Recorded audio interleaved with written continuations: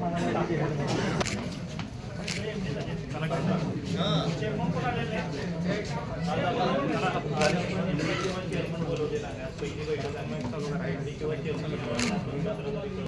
Chairman लोकांनी यायला पाहिजे पण त्यांना अपमानास्पद वाटला।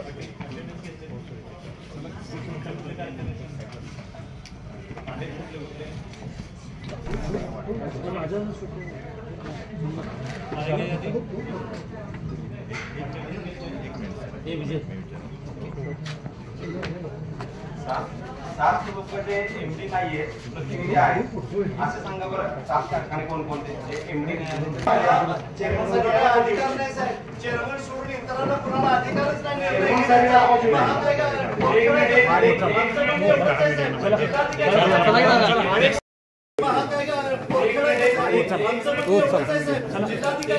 चला चला हो साहेब चला नाही नाही नको बस उद्या करू नका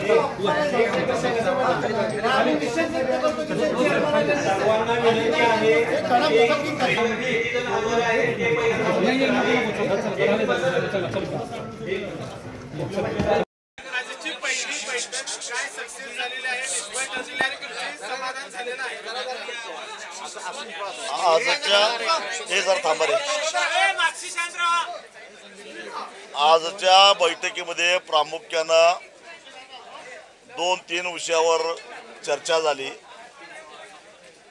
एक तर गेल्या वर्षी तुटलेल्या ऊसाला आम्ही 200 रुपये मागतोय, कारण रंगराजन समितीच्या शिफारशीनुसार रेव्हेन्यू शेअरिंग फॉर्म्युला म्हणजेच RSFचा प्रमाण जो हिशेब व्हायला पाहिजे होता आणि FRP देऊन वरचे पैसे देण्यासंदर्भात कारखाने बंधनकारक असताना एकाही कारखान्यानं आपला RSFचा रिपोर्टिंग किंवा माहिती हिशेब आयुक्तांना दिलेला नाही आणि त्या संदर्भामध्ये प्रशासनानं काही केलेलं नाही हे स्पष्ट झालं।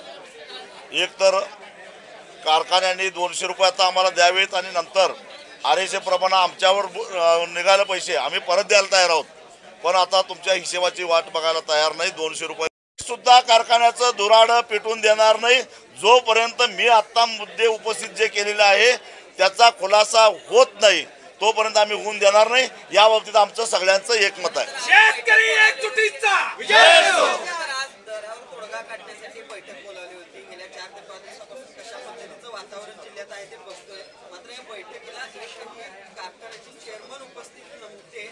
अजूनही कारखानदार याकडे गांभीर्याने बघत नाहीयेत असं म्हणायचं का? 100% या प्रश्नाकडे कारखानदार बघत नाही, त्यांना मस्ती आलेली आहे आणि ती मस्ती लवकरच आम्ही उतरू। उद्यापासून जर ऊस तोडी घेतल्या किंवा वाहने रस्त्यावरती आले तर मग काय ऍक्शन असणार आहे? मी तुमच्या माध्यमातून सगळ्या शेतकऱ्यांना आवाहन करतो, ऊस अडवायची वाट बघू नका।